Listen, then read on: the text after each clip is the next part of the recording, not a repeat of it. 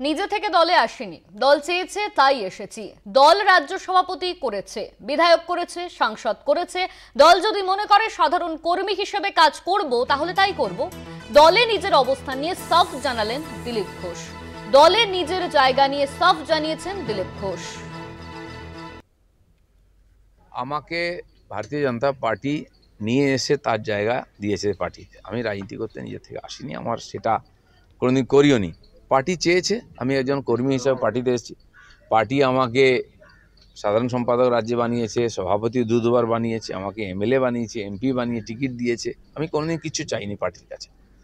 আর এমনকি আজকে পার্টি আমাকে যে গাড়ি দিয়েছে আমি ব্যবহার করছি বা সিকিউরিটি, সেটাও আমি কোনোদিন চাইতে যাইনি। ঘটনা পরিপ্রেক্ষিতে পার্টির প্রয়োজন মনে হচ্ছে। পার্টির যদি মনে হয় আমি সাধারণ কর্মী হিসেবে কাজ করব, তো আমি যেরকম করছি করবো, আগে কোনো পদ নেই। পার্টি যেখানে আমি ডাকে সেখানে আমি যাই, যেখানে ডাকে না সেখানে যাই না।